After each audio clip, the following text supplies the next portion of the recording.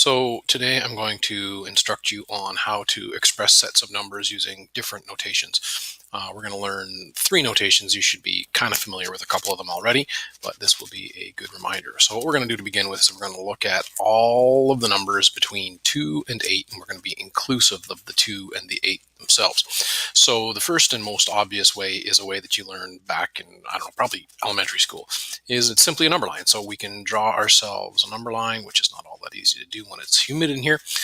So we're going to have, there's our number line. We're going to say, all right, here's my 0. Here is 10 over here. I'm going to put on my 2, and I'm going to put on my 8, and we're going to be inclusive of 2 and 8 themselves. That means the actual 2 and the actual 8 are going to be included. So to express that we're going to include them, what we're going to do is we're going to fill in a solid dot at both 2 and at 8. So we've got a 2 and an 8, and then we're going to shade the area in between just to make it obvious that those are the values that we are going to be including. So all the numbers between 2 and 8, inclusive of 2 and 8, inclusive means we're going to shade the dots, and all the numbers between means we're going to shade the numbers in between. So this is, of course, a number line, which we've been familiar with for a long time. So there's my number line.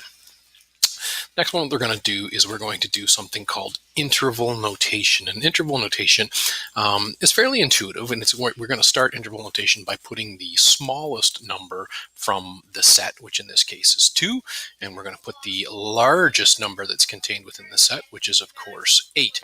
Now, because we are including the 2 and the 8, there is a convention, and the convention says if we are going to include a number, we use a square bracket. So these square brackets mean we're going to include the 2 and the 8. And so there's an interval that indicates all of the numbers from 2 to 8. Often this will be expressed as simply that, or more rigorously we would say is x, a member of the reals, such that x is a member of 2 to 8, and we are going to include those ends. And so we're going to put curly parentheses on that to say, hey, there's our set. So again, 2 to 8 convention tells us if we're including 2, we put a square bracket, and that has now, we've got our full set of numbers. And the other more conventional notation that you've probably experienced so far back when you were doing domain and range is a set notation. The set notation here is going to use greater thans and less thans. And so we're going to say, okay, x is a member of the reals because we want to make sure that we're just dealing with the real number system, curly parentheses, such that 2 is on the small end. So 2 is less than or equal to, of course, because we are inclusive of the ends. So 2 is less than or equal to x, which is less than or equal to 8. And so what we've got there is we have our set notation. So we've got our set notation, and we have our interval notation. Okay, so we have interval notation, I can spell sooner or later. All right, so we've got our interval notation. So we've got interval notation, number line, and set notation. So that's what it looks like when we are dealing with inclusive of the ends. Now let's look and see what it means to be when we are exclusive of the ends. Again, it's going to look very similar. We're going to start with our number line. We're going to draw our number line. There's my 0. There's my 10. Here's 2. Here's 8. But now, because we are exclusive of the ends, what we're going to do is we are going to have an open circle at 2 and an open circle at 8, and we're going to shade the area in between 2 and 8 so that we know that those are the numbers that we are including. But again, because this is an open circle and an open circle, we know that we go right up to 2 and right up to 8, but we don't actually include the 2 and the 8. So there we go. There's our number line. Let's look and see what this looks like in interval notation. Interval notation, again, we're going to go rigorous here. We're going to say x is a member of the reals, such that, again, 2 to 8, X is a member of. But in this case, because we don't want to include the 2 and we don't want to include the 8, what we're going to do is we're going to use a round bracket or a parenthesis and a round bracket. And so those round brackets, what they tell us is that we're going to go right up to the 2, right up to the 8, but not include the 2 and the 8. So they're the direct equivalent to an open circle. And we're going to close off our curly bracer.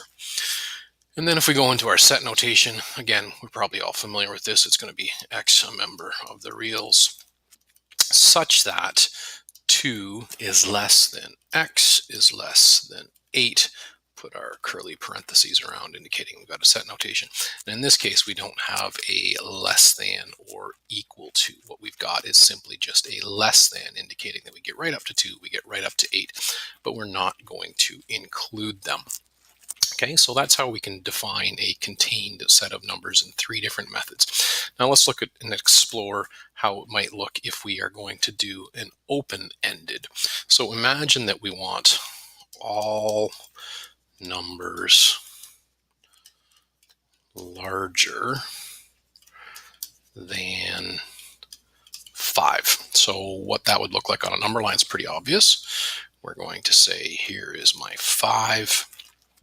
I'll put 0 over here just for frame of reference. And I want all numbers that are larger than 5. So I'm going to go off this direction and I'm going to put an arrow indicating, hey, we keep on going. And then it's larger than 5. So that means we're not going to be inclusive of 5. So we're going to have a round open circle. Okay, so open circle saying don't include the 5 and all of the data to that side. So there's my number line. Pretty intuitive number line. And then let's look at our interval notation. Well, the smallest number in our interval is, of course, 5. And the largest number interval, well, we don't really have a number. We kind of contain infinity, but we can never really include infinity. So we're going to say up to infinity. Now, 5 itself isn't included. And convention says because we can never actually get to infinity, we're always going to put a round bracket on infinity. So we're going to have X a member of the reals such that X is a member of 5 to infinity. And so there's our interval notation. And then if we think about what the set notation for this would be, the set notation is going to be a little bit more standard. We're going to say that X is a member of the reals such that X is strictly greater than 5. So greater, not greater than or equal to, just greater. So X is greater than 5. And so there is our set notation.